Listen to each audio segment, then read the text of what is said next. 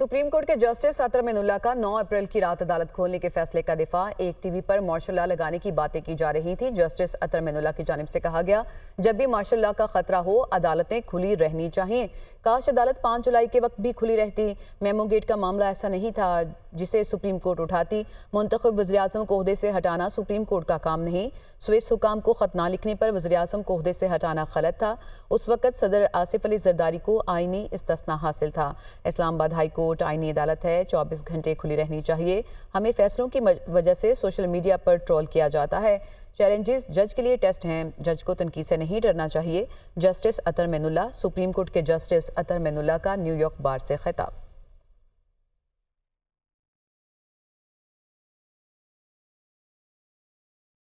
वज़ीर-ए-आज़म शहबाज शरीफ ने कहा कि पीटीआई की ऑफिशियल वेबसाइट से सिपह सलार के खिलाफ बातें की गई। पूरी कौम जानती है कि एक टोले ने 9 मई को गजर मचाया और साथ ही साथ उन्होंने ये भी कहा कि पार्लियामेंट और पीटीवी की इमारत पर उन्हीं के जत्थों ने हमला किया। आज वही नए हथकंडों से इदारों और अवाम के खिलाफ वारदातें कर रहे हैं। हमारे जवानों ने अपने खून से सरहदों की हिफाजत की। किसी सूरत मादरे वतन, मासूम लोगों और अफवाज के खिलाफ ऐसा इकदाम बर्दाश्त नहीं करेंगे। हम हर तरह के हालात का मुकाबला करने के लिए पूरी तरह से तैयार हैं।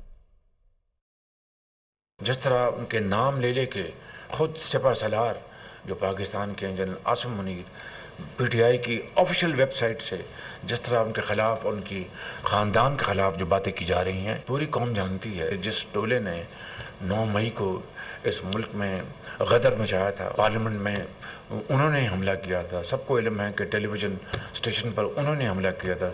सबको इल्म है कि वज़ीर-ए-आज़म हाउस के इर्द-गिर्द वही आके उनके जत्थे आ गए थे। आज वही नए हथकंडों से और वो नई वारदातें कर रहे हैं पाकिस्तान के ख़िलाफ़। मैं समझता हूँ कि इस मुल्क को, पाकिस्तान की सरहदों को हमारे जवानों ने, हमारे अफसरों ने, शहरियों ने, माँओं ने, बहनों ने अपने खून से उसकी आबियारी की, हिफाजत की है। किसी सूरत भी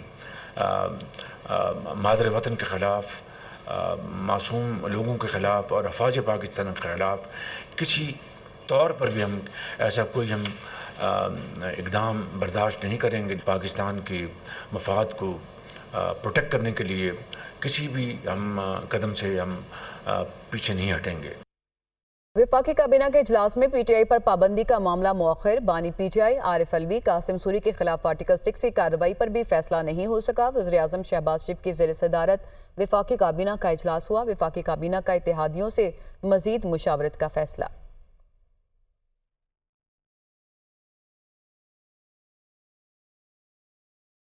मशीर इत्तलात खैबर पख्तूनख्वा बैरिस्टर सैफ ने कहा कि पीटीआई पर पाबंदी लगाकर जाली हुकूमत अपने पांव पर कुल्हाड़ी मार रही है। पाबंदी लगाने से सियासी जमात का खात्मा मुमकिन नहीं है। हमारी जंग आइन की बालादस्ती और करप्ट सियासी टोले के खिलाफ जारी रहेगी। अली बाबा 40 चोरों को पीटीआई की मकबूलियत बर्दाश्त नहीं हो रही है। सेनेट की कायमा कमेटी कानून और इंसाफ का सुप्रीम कोर्ट के जजेस की तादाद बढ़ाने पर इत्तफाक। कमेटी ने जजेस की तादाद बढ़ाने के लिए केसेस और दीगर तफसीलात तलब कर ली हैं। इसी से मुतालिक मजीद मालूमात लेंगे नुमाइंदा दुनिया न्यूज़ हसीब मालिक ने इस्लामाबाद से हमें ज्वाइन किया। जी हसीब, क्या डिटेल्स हैं?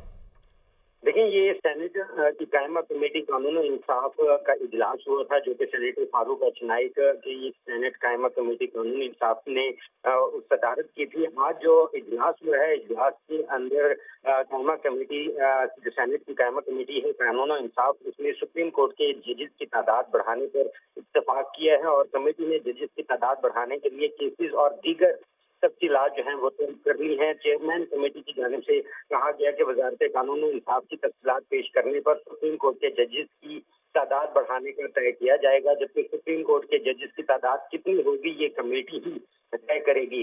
जबकि वफाकी वजीर जो थे कानून इंसाफ, उनकी तरफ से कहा गया कि सुप्रीम कोर्ट के रजिस्ट्रार ऑफिस से केसेस की तफसील मंगवा कर देख लेंगे तो फिर इसके ऊपर बहस की जाएगी। जबकि जो चेयरमैन कमेटी थे फारूक अचनाई, उनकी जानिब से ये कहा गया कि सुप्रीम कोर्ट में केसेस का बोझ बढ़ रहा है, मगर जजेस वही 17 हैं।